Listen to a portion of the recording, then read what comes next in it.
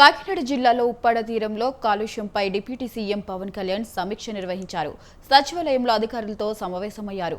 ఇక కాకినాడ జిల్లాలో ఉన్న పారిశ్రామిక కాలుష్యం, మైనింగ్ వల్ల తలెత్తుతున్న కాలుష్య ఇబ్బందులపై చర్చ జరుగుతుంది. ప్రధానంగా పిఠాపురం నియోజకవర్గం పరిధిలో తీర ప్రాంతం కాలుష్యంపై సమీక్ష చర్చిస్తున్నారు.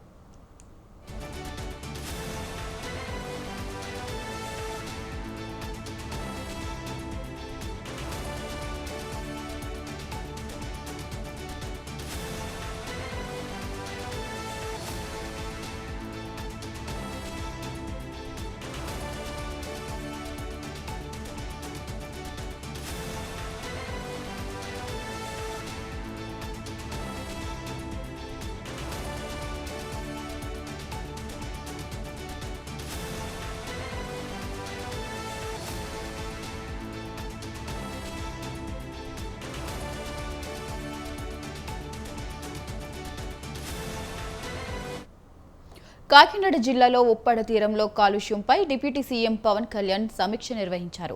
సచివాలయంలో అధికారులతో సమావేశమయ్యారు. కాకినాడ జిల్లాలో ఉన్న పారిశ్రామిక కాలుష్యం, మైనింగ్ వల్ల తలెత్తుతున్న కాలుష్య ఇబ్బందులపై చర్చ జరుగుతుంది. ఇక ప్రధానంగా పిఠాపురం నియోజకవర్గం పరిధిలో తీర ప్రాంత కాలుష్యంపై సమీక్షలో చర్చిస్తున్నారు. ఇక ఇదే అంశంపై మరింత సమాచారం మా కరెస్పాండెంట్ అలీం ఫోన్ ద్వారా అందిస్తారు. అలీం, చెప్పండి. Thank you Vaishali. ఆంధ్రప్రదేశ్ ఉప ముఖ్యమంత్రి 9వ తేదీన పిఠాపురం పర్యటనకు వెళ్లారు.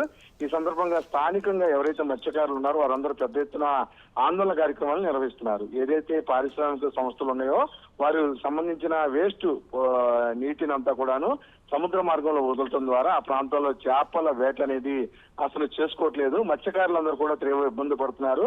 వారి జీవనోపాధి దెబ్బతింటుందని చెప్పి కూడాను వారందరూ జనసేన అధినేత ఉప ముఖ్యమంత్రి పవన్ కళ్యాణ్ వద్ద ఆవేదన వ్యక్తం చేశారు. ఈ సందర్భంగా జనసేన అధినేత పవన్ కళ్యాణ్ మాట్లాడుతూ తను ఎమ్మెల్యేగా ఈ ప్రాంతానికి రాలేదని, ఉప ముఖ్యమంత్రి హోదాలో వచ్చాను కాబట్టి ఈ సమస్య ఖచ్చితంగా 100 రోజుల్లో ఈ సమస్య పరిష్కరిస్తానని కూడాను జనసేన అధినేత పవన్ కళ్యాణ్ హామీ ఇచ్చారు.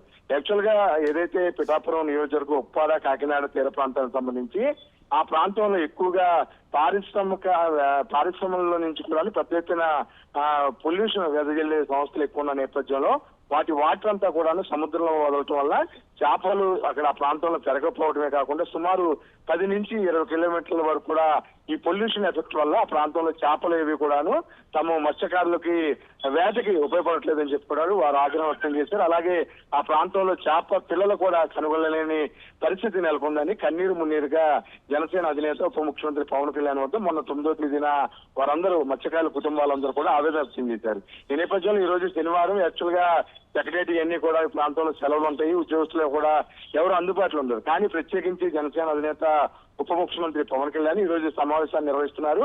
వీడియో కాన్ఫరెన్స్ లో కాకినాడ, ఉప్పాడ తీర ప్రాంతం చెందిన రెవెన్యూ అలాగే మత్స్యశాఖ అధికారులతో పాటు ఆ ప్రాంతం చెందిన ముఖ్య నేతలతో కూడా సమావేశం నిర్వహించారు.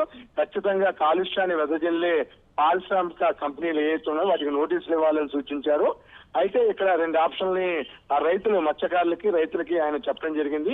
ఒక్కసారిగా కంపెనీలు తీసేయమని చెప్పడం కూడా పద్ధతి కాదు కాబట్టి మీరు ఏదైనా ఆప్షన్స్ ఇవ్వండి అంటే స్థానికంగా ఉన్న మత్స్యకారులు ఏదైతే చేపలు పిల్లలు పెట్టే సమయంలో ఆ ప్రాంతంలో పొల్యూషన్ వాటర్ను వదలవద్దని చెప్పుకోవడానికి ఒక ఆప్షన్ ఇచ్చారు.